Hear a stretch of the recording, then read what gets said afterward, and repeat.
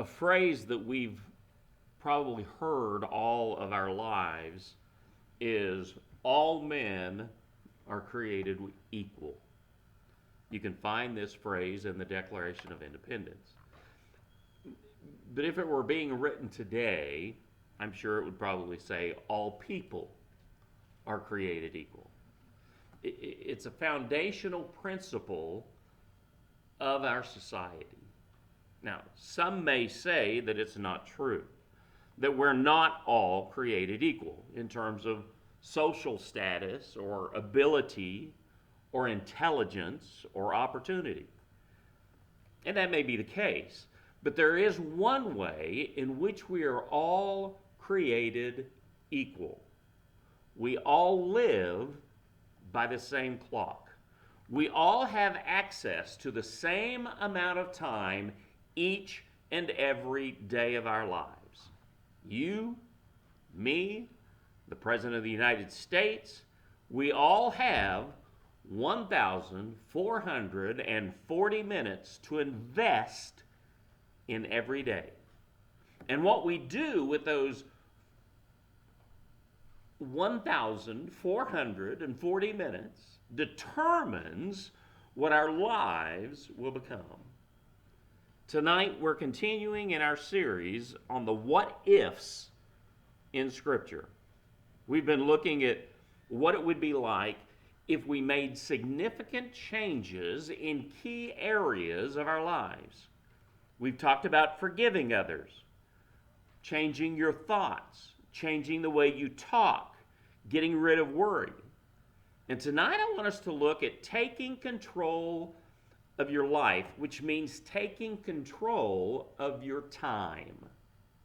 The Bible challenges us to do this. In the book of Ephesians, Paul wrote in Ephesians 5:15 and 16, "Pay careful attention then to how you walk, not as unwise people, but as wise, making the most of the time, because the days are evil."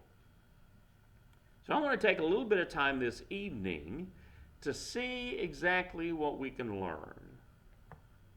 Full disclosure here. I'm sure you're probably already aware of this, but I am not an efficiency expert. There is no Fortune 500 company that is ever going to hire me or ask me to consult them on how to increase productivity. That's simply not my strong suit. In fact, to tell you the truth, I'm not always comfortable around people who are efficient with their time. I'm talking about the people who always give you the impression that they're in a hurry. They're always moving on to the next thing, and that you're just one of those people that's slowing them down, that you're not the most important thing on their schedule, and in fact you're kind of in their way. I'm talking about the kind of people who are eager to end their appointment with you so that they can get on to the next one. They can check off you on their to-do list so that they can move on to the next thing. But think just for a moment about what some of the greatest stressors are in your life today. Chances are your stressors have involved some feelings of being overloaded with responsibilities, whether that's at home or at work or at church, maybe a combination of all of these. You're stressed because you're running late for an appointment, and then you get stopped in traffic, then the car starts acting up, and how are you going to find the money and the time to try to get it fixed? And is there going to be enough time to come home from work, cook dinner, and then still make it to church for the next meeting that you have? By the way, you've got that neighbor down the street who suggested that maybe you all need to get together for some coffee at some point, and you told them that that you'd call them back, but you still haven't taken the time to call them back yet. Each of these anxiety producers has to do with time management. Think of how many day-to-day issues involve the use of time. The clock almost seems to be our enemy at times because it just keeps on ticking no matter what happens, regardless of whether we have time for it or not. The solution is time management. But here's the catch. Time management will require work if you want it to succeed. It'll require hard work. It'll require homework, and it'll require heart work. Being successful at time management requires work. I'm talking about organizing your life so that you spend most of your time doing what matters most.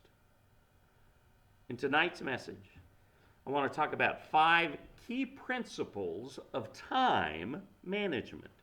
These principles will help you to manage your time as you struggle with your overwhelming situations that come along in life.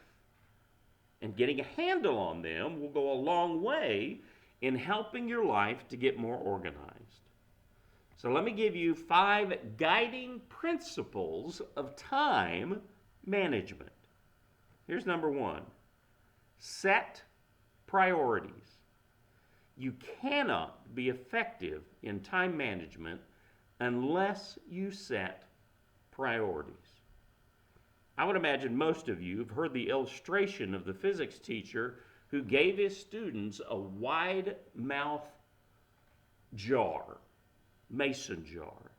And then he gave them 5 big rocks, a handful of marbles, a container of sand, and a glass of water. And he said, y'all have 15 seconds to get all of these items in the jar. The physics teacher then stepped back with a stopwatch and yelled, "Go." The students poured in the sand, threw in the marbles, and started stuffing rocks in. After 15 seconds, he shouted, "Time's up." And there they sat with 3 large rocks left and the glass of water. And they started complaining. This can't be done. This just isn't possible. All this stuff is not going to fit in the jar. It's just too small. And the teacher said, "Oh no, I can get it all in the jar." To which they responded, "Okay, show us." So they separated everything back out. He handed the stopwatch to one of the students who said, "Go." The teacher then took the jar, placed a couple of the big rocks in the jar. He filled in the gaps around those big rocks with marbles. And he continued to fill the jar until it was up to the brim with big rocks and marbles. And then the teacher took the sand and started pouring it into the jar, shaking the jar, tapping the jar as he poured in the sand. And the sand just cascaded around all the rocks, all the rocks and the marbles, filling in all the holes that there were. And he took the glass of water and poured it in on top of everything else. And of course, then the water just settled in and filled up everything else.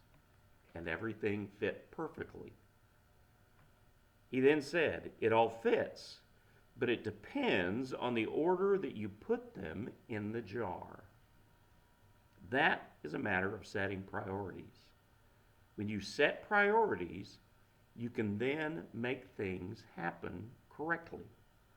Jesus said it this way in Matthew 6:33. "But seek first the kingdom of God and his righteousness, and all these things will be provided for you." Jesus was saying that we need to set priorities in our lives. And the first thing that you need to get a handle on is time management. You need to set priorities. When you don't set priorities and take full control of your schedule, it leads to wasting time, more or less. Wasting time is wasting life. Your life consists of individual days that are divided into hours and minutes. And when you spend those hours and minutes doing the wrong things, your life takes the wrong direction. If you lose money on an investment, you might possibly be able to earn it back later. But you can never get back time that you have wasted. Wasting time also causes you to miss opportunities. When you're doing today what you should have done yesterday, that limits the possibilities that God can bring into your life today. Let me know if something similar to this ever happened to you. Probably not going to be the same thing, but probably something similar. This happened to me quite a bit when I was in college. I had a problem with finishing papers and homework, thus talking to my teacher and getting him off track. Okay? So I would always wait to do that big term paper until the night before. I'm sure none of you all ever did that when you were in school. Okay? Or I'd wait until, when I had 30 chapters that I was supposed to read, I'd wait until the night before to start reading those. And you end up being all night doing it, pulling those all-nighters. It wasn't until I got to college that I learned all about the wonderful nectar called coffee. On my first all-nighter. Anyway, a friend calls and says, "Hey, I've got an extra ticket to this concert or this big event." Or, which happened quite a bit, there's a bunch of us going to head up to Salina and go to Russell's Restaurant and get pie. It was not an unusual thing for a group of us from Wichita to drive up to Salina to go to Russell's Restaurant just to get pie. Because Russell's Restaurant has the best pie ever. And so we would just drive up there because they were open all night. But there were times when I'd get that call and they'd say, "Hey, we're going up. You want to come?" And I'd respond, "Yeah, no, I can't. I got to get this paper done. I haven't worked on this paper yet. I got to stay home. I got to get this done." And there were several times that I had a friend who'd say, "Are you still working on that? I finished that last week." That's why I can go out to Russell's and you can't. For a whole lot of folks, that's not just a college thing. It's a way of life that follows them all the way through their lives to their retirement. Their life is one missed opportunity after another. Wasting time also leads to regrets. It causes us to look back on our lives and realize, like Marlon Brando did, I could have been somebody. I could have been a contender. Did you ever know anyone who, for years after work, they'd go to the neighborhood bar and stay for 2 or 3 hours, drinking beer, shooting pool, watching sports, basically avoiding responsibilities? And if they had used that time taking college classes, they could have gotten a degree and improved their employment possibilities. Or they could have simply gone home and spent time with their families and then probably still been married because their family wouldn't have fallen apart. Or they could have even puttered around the house and remodeled and fixed things that needed to be done. Instead, all they have to show for those years is that they're pretty good at pool and they got a beer belly. Seeking God's kingdom first means setting priorities and not wasting time. Here's the second principle: build relationships. We find that Jesus set this principle when he asked in Matthew 22, verses 35 through 40. It says, "And one of them, an expert in the law, asked a question to test him. 'Teacher, which command in the law is the greatest?' He said to them, 'Love the Lord your God with all your heart, with all your soul, and with all your mind. This is the greatest and most important command. The second is like it. Love your neighbor as yourself. All the law and the prophets depend on these two commands.'"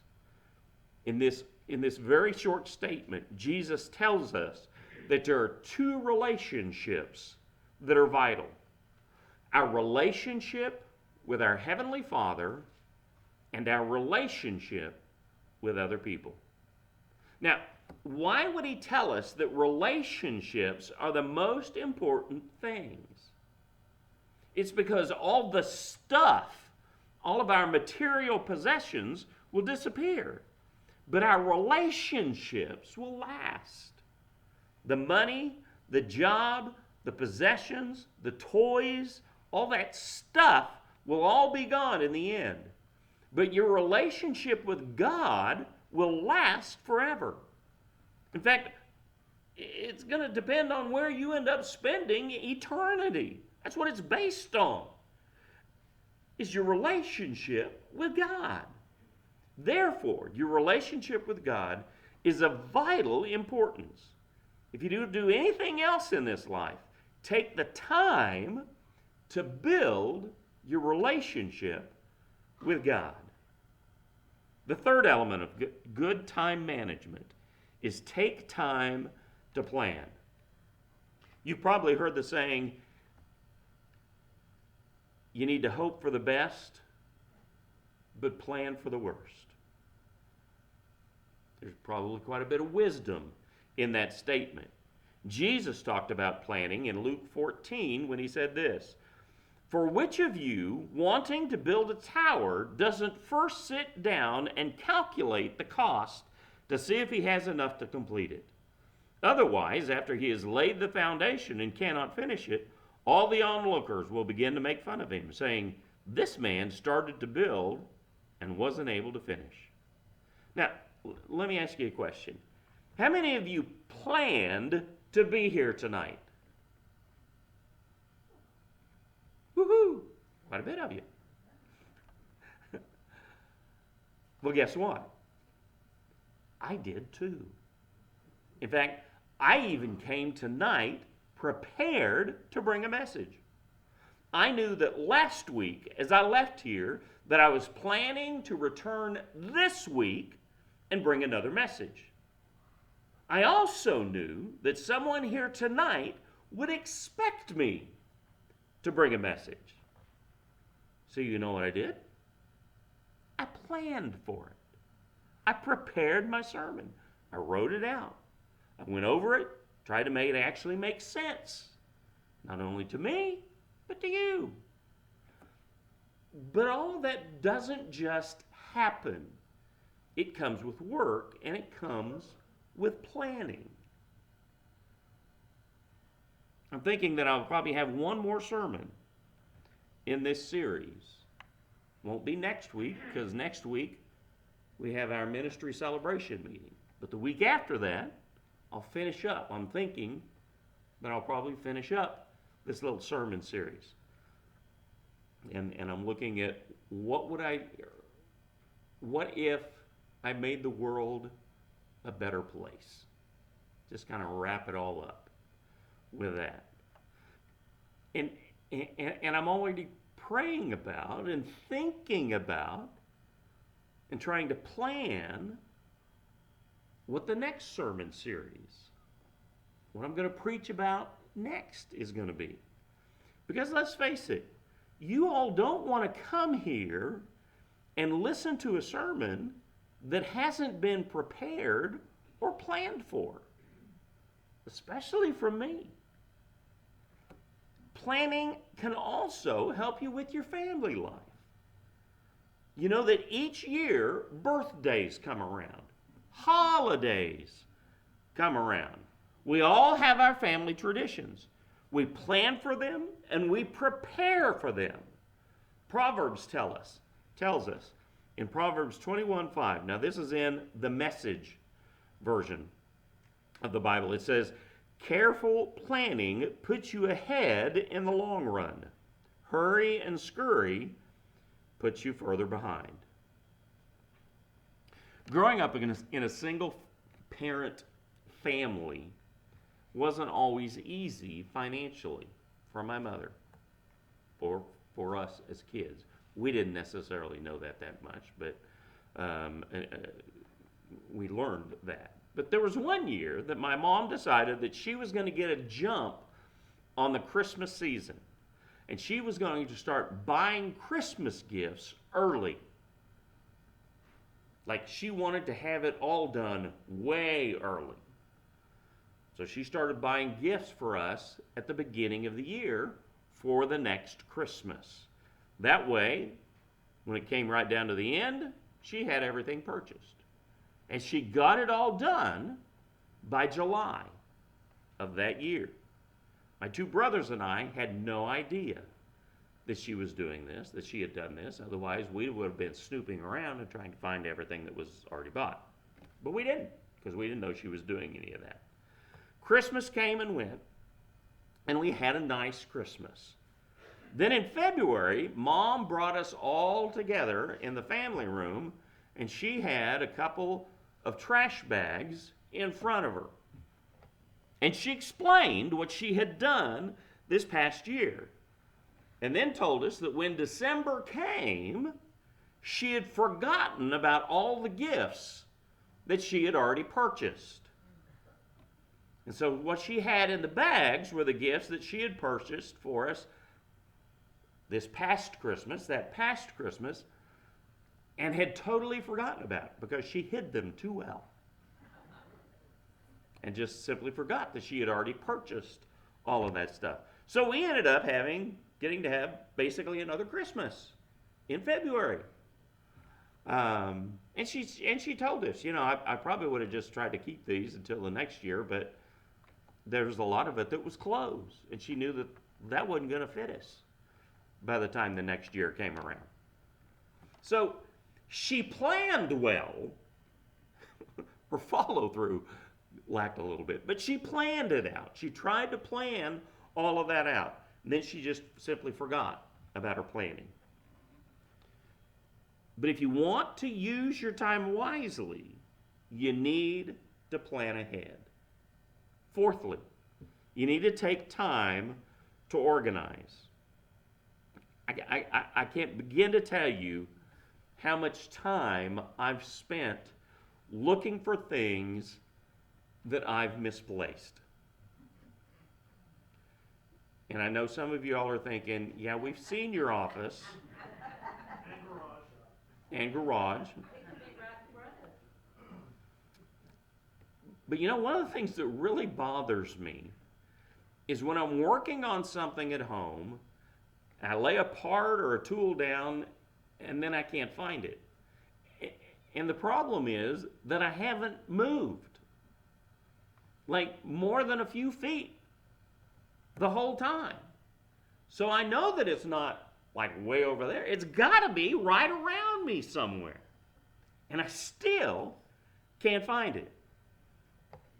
I don't know if there's such a thing as a hide-it fairy, but if there is, she's working overtime on me on a very regular basis. And it's no wonder that Jesus could tell this story. In Luke 15, verses 8 through 10, it says, Jesus told the people another story. What will a woman do if she has 10 silver coins and loses one of them? Won't she light a lamp, sweep the floor, and look carefully until she finds it? Then she will call in her friends and neighbors and say, let's celebrate. I found the coin I lost. We all know what it means to lose something. One way to help save time is to take time to organize.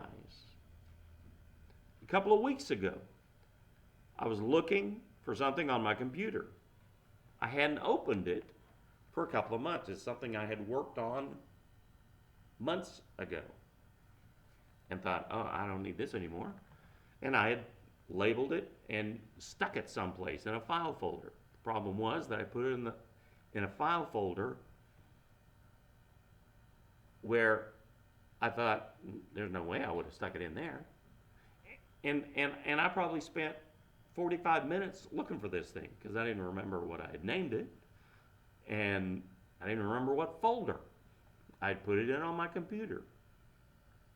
But I did finally found it. And then I put it in a folder that was labeled correctly.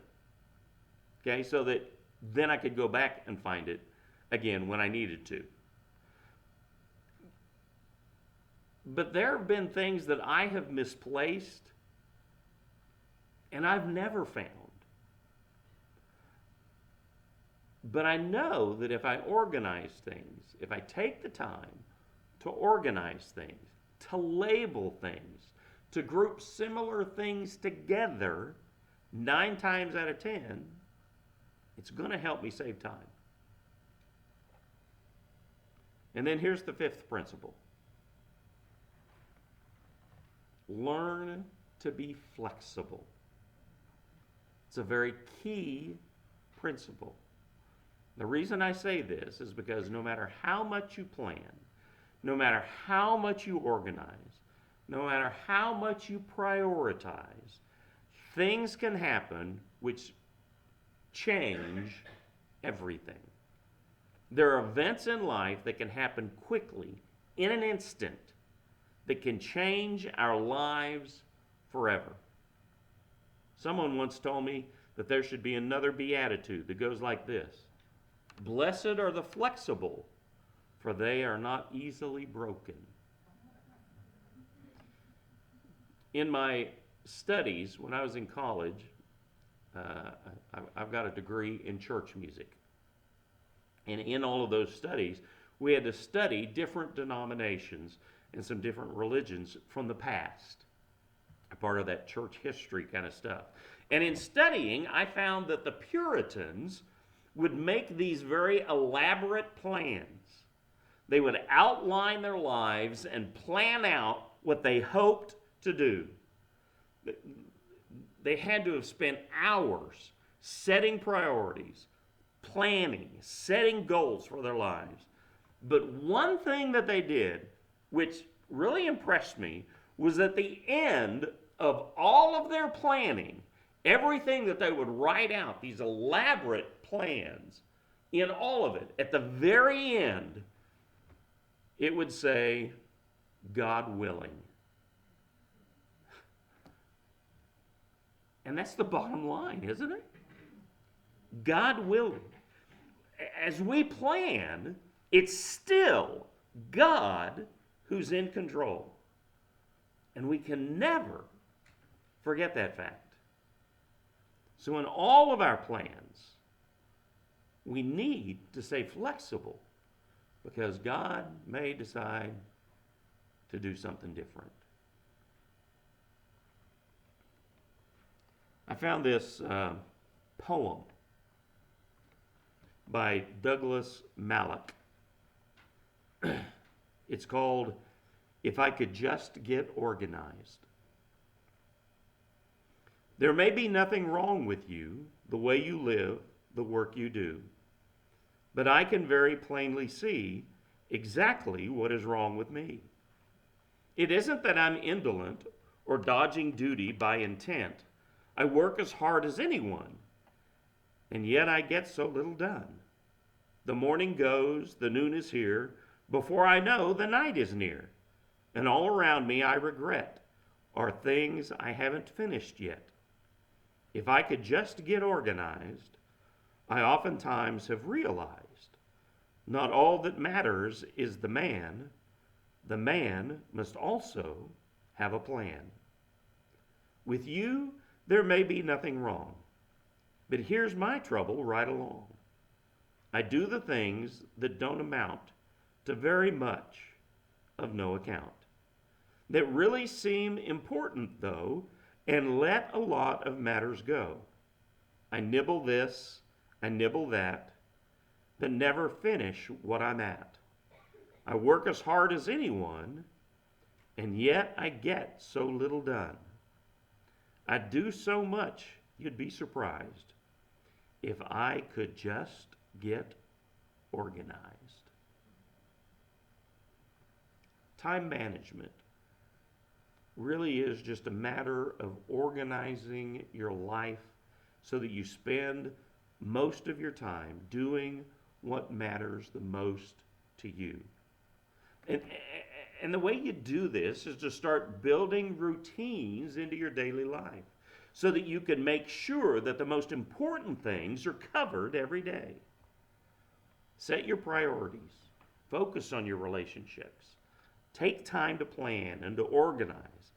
And above all, learn to be flexible. If you were able to do all this, if you were able to manage your time in such a way that each day takes you in the direction that God wants you to go, takes you in the direction that God has given you, just imagine what could happen. Instead of looking back on your life and wondering what you did with your time, you'd be able to look back and say, God, thank you for all that you managed to accomplish in my life, because it's all for your glory. Take out your prayer sheets, if you would.